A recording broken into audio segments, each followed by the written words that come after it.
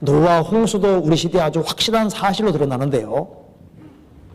이게 우리 시대는 정말 믿기 쉬운 시대입니다. 우리 저게 창세기 6장 한번 보세요. 세계적인 홍수를 피하기 위해서 노아에게 방주 만들라고 하셨는데요. 이 방주의 크기 한번 봅시다.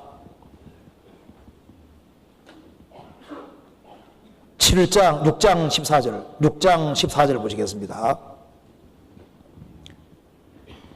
너는 잣나무로 너를 위하여 방주를 짓되 그 안에 간들을 막고 역청으로 그 안팎에 칠하라. 그 방주의 제도는 이러하니 장이 300규빗, 광이 59규빗, 고가 300규빗이며 거기 창을 내되 위에서부터 한 규빗을 내고 그문은 옆으로 내고 상중하 3층으로 할지니라. 내가 홍수를 땅에 일으켜 무릇 생명의 기식에 있는 육체를 천하에서 멸절하리니 땅에 있는 자가 다 죽으리라. 여기 방주의 제도가 나와 있는데요. 꼭 이렇게 만들어야만 홍수를 피할 수 있는 거예요.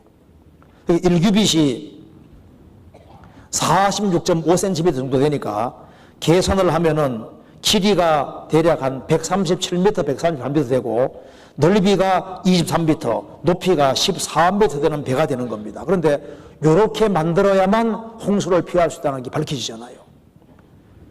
지구 전체가 150일 동안 물에 잠기고 코로 숨쉬는 것이 다 죽는 세계적인 홍수를 피하기 위해서는 보통 배로 안 되는데 이 설계대로 만들어야만 홍수를 피할 수 있는 거예요.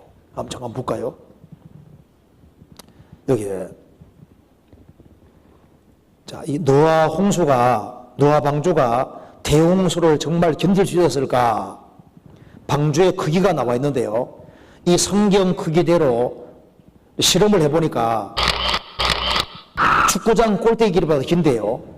조사해보니까 노아 방주 축소비를 만들어 성능 실험을 해봤습니다. 공학적으로 시도를 해봤는데 노아 방주 완벽한 선박 해사 기술연구소가 조사했는데 40m 파도에도 안전하다.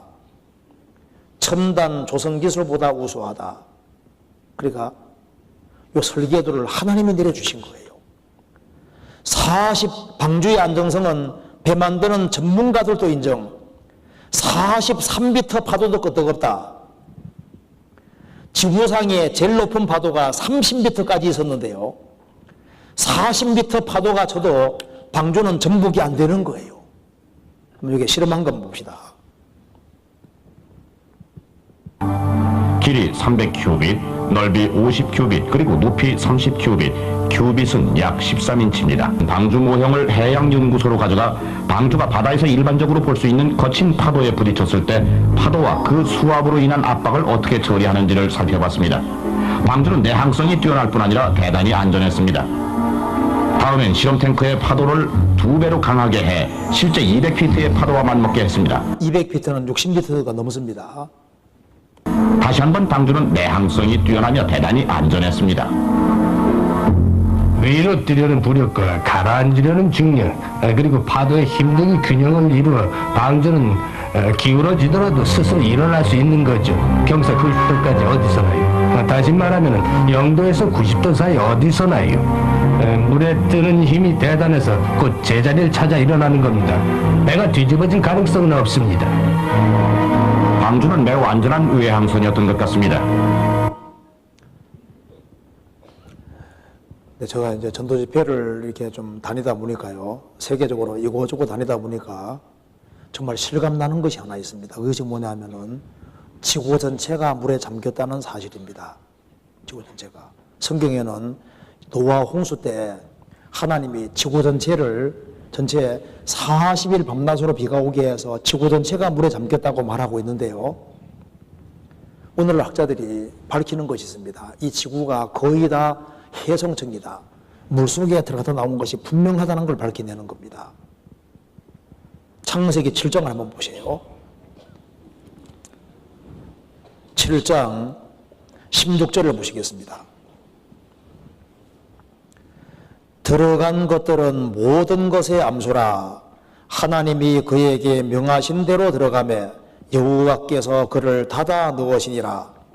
홍수가 땅에 40일을 있었는지라. 물이 많아져 방주가 땅에서도 올랐고 물이 더 많아져 땅에 창렬하며 방주가 물 위에도 다녔으며 물이 땅에 더욱 창렬하며 천여 높은 산이 다 덮였더니. 그리고 여기에 22절부터 끝절까지 같이 읽어봅시다. 육지에서 코로 생물의 기식을 호흡하는 것은 다 죽었더라. 지면의 모든 생물을 썰어버리시니 그 사람과 짐승과 기는 것과 공중의 새까지라. 이들은 땅에서 썰어버림을 당하였으되 홀로 노아와 그와 함께 방주에 든 자만 남았더라. 물이 150일을 땅에 창렬하였더라. 자, 여기에 두 가지가 강조되고 있습니다. 지구 전체가 150일 동안 물속에 잠겨 있었다. 코로 숨쉬는 것은 다 죽었다. 이렇게 말하고 있습니다. 한번 생각해 보시면은요. 지구 전체가 150일 동안 물속에 잠겨 있었습니다. 그리고 150일 동안 물속에 잠겨 있었으니까 코로 숨쉬는 건 다 죽을 수밖에 없잖아요. 그럼 이게 사실이라면은 지구 전체를 덮었던 물이 성경이 말씀하면은 말씀하기를 물러가서 이제 얼음으로 올렸고 남극 얼음을 다 녹이면은 이번에 최근에 나온 것을 보면은 정확히 58m가 높아진답니다. 그리고 하나님께서 물창고 만들어서 물을 가뒀다고 했습니다. 그리고 지각의 변동으로 산 올라가고 올짝이 내려가겠다고 성경에 기록되어 있는데요. 내일 좀 배울 겁니다. 그러면은 지금 지구 전체 덮었던 물이 지금 물러가 있는데 남극 얼음을 다 녹이고 물창고를 올리고 높은 산 끄집어 내리고 깊은 계곡 이제 끌어올리고 하면은 노아 때와 같이 똑같이 덮는데요. 지구 전체가 물 속에 잠겨 있다가 하나님이 지각 변동으로 올라가게 하셨으니까 세상에 높은 산치고 물 속에 안 들어간 곳이 없잖아요. 지구 전체가 물 속에 잠겼던 것이 너무 확실한 거예요.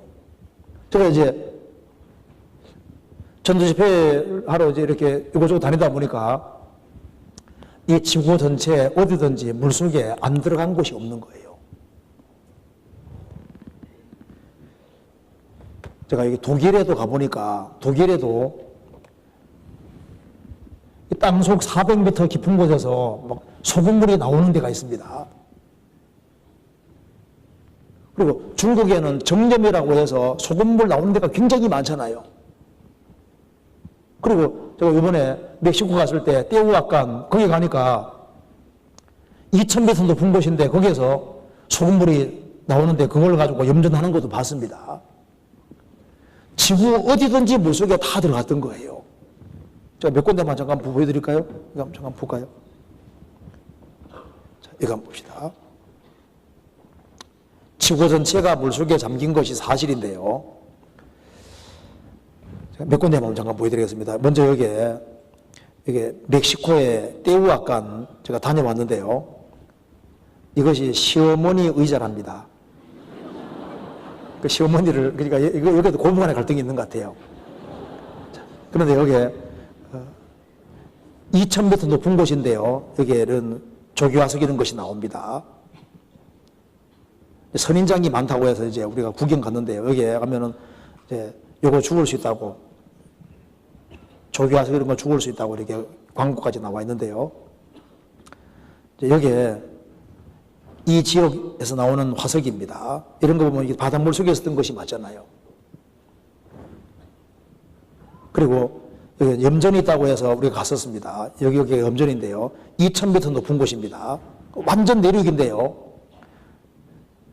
우리가 여기 꼭대기까지 올라가 봤습니다. 여기에서 소금물이 계속 나오는데 이 소금물을 받아서 이거 염전하는 거예요. 그래서 물만 받아놓으면 이게 소금이 되는 소금물인 겁니다. 잠깐 보여드릴까요? 이게.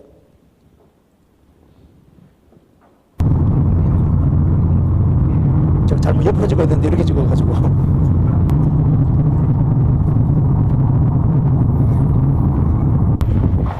입장료는 있습니다. 입장료는 있습니다. 여기서 소금물이 나오는 거예요. 이게 1000년 전에 만들어진 거예요. 1000년 전에 만들어진 거란데. 그리고 손을 하나도 안 닦구만. 손을 하나도 안 닦았어. 다 무너졌잖아. 그래서 뭐지? 신기하다. 이게 물을 이 소금물을 말려서 소금을 만들어서 파는 거야. 이게 계속 생산이 되나 봐요? 이거 봐봐. 어디서 나와 이게? 바다가 없는데? 밑에 바닷물이 있구만. 옛날에 증거대봐 했더니 아니 말이었어. 바다였어. 바다였어. 여기 있는 사람이 옛날에 다 싸운 받았어요. 사람이 아이포스 말리면은 이게 전부 다 소금인 거예요.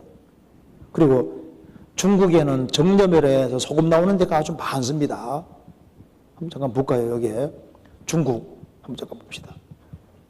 사천은 첩첩 산중으로 둘러싸인 내륙 지역이라 바다와는 아주 멀리 떨어져 있는데요. 소금이 나오는 우물? 아니 어떻게 소금이 우물에서 나오는 걸까요? 그런 우물이 과연 있을까요? 자, 드디어 지역 깊숙이 있던 물이 올라왔습니다. 하늘령은 햇볕과 바람으로 바닷물을 증발시켜 소금을 만들잖아요. 그런데 여기서는 소금물을 가스로 끓여서 소금을 만들고 있었습니다. 8시간 동안 물을 끓이기만 하면 된다고 하는데요. 下面输送上来的天然气，就利用这个扛盘，再通过管道输 이제 소금 결정이 보이세요?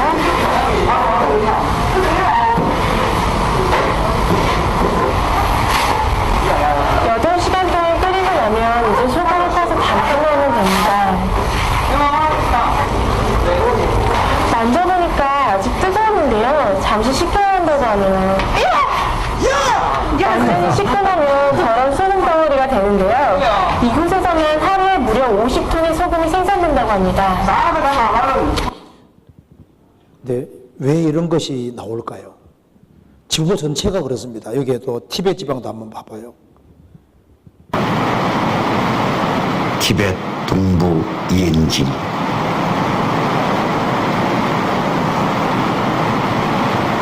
가파른 강기슭에 계단식 눈 같은 것이 펼쳐져 있습니다. 사람들도 바삐 움직이고 있습니다.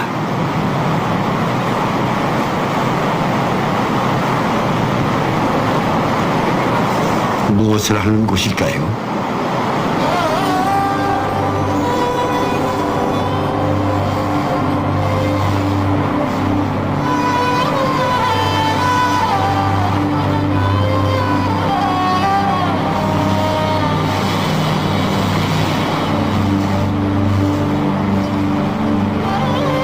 이들이 걷고 있는 것은 하얀 소금. 이것은 바로 소금밭입니다. 바닷가에서 수천 킬로미터 떨어진 이 오지에 소금밭이 있습니다. 참 신기하군요.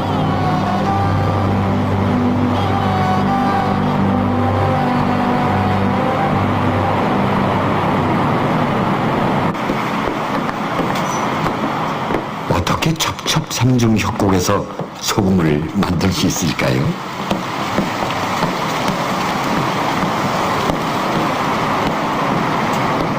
비밀은 탑처럼 생긴 우물에 있습니다. 소금물이 솟아나는 우물이죠. 우물을 탑처럼 만든 이유는 범람한 강물이 들어가는 것을 막기 위해서입니다.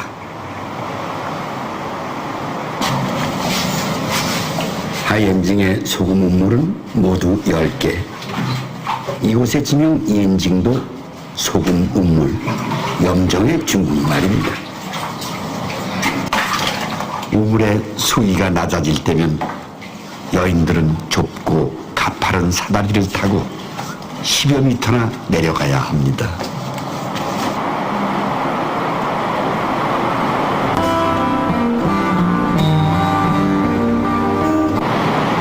강 맞은편 자다초는 티베트 쪽의 마을입니다.